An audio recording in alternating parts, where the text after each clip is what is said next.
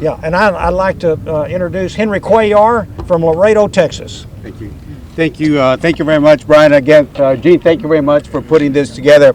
I represent part of the San Antonio area, the Laredo area, the McAllen area, and we were not affected. We got some rain, but I do want to say that the folks from San Antonio, from Laredo, from McAllen, all pitch in like all the Texans to make sure that we pitch in and help, send folks up there, provided shelter. We did it together as Texans. I want to talk about three things. First of all, I have to say, Joe Barton, I want to say thank you to Joe. We called him up to see if we can do a bipartisan thing.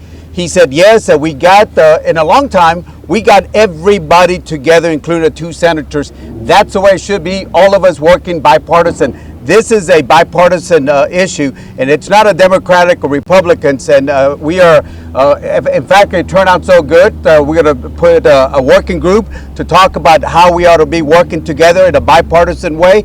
But more importantly, we're going to meet again next week to make sure we continue this effort as Texans. Number one. Number two, certainly all of us have to pitch in. And one of the things when I was in the state legislature, we created the Rainy Day Fund. And we want to make sure that the federal government does its fair share.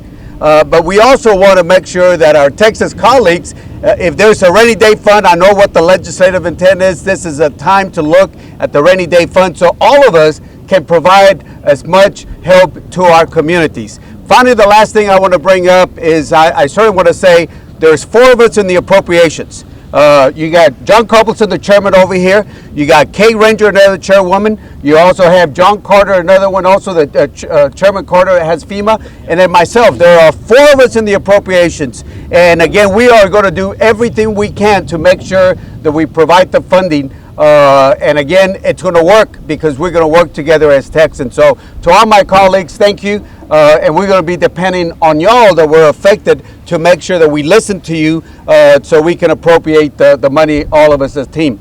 It's my pleasure to introduce a friend of mine.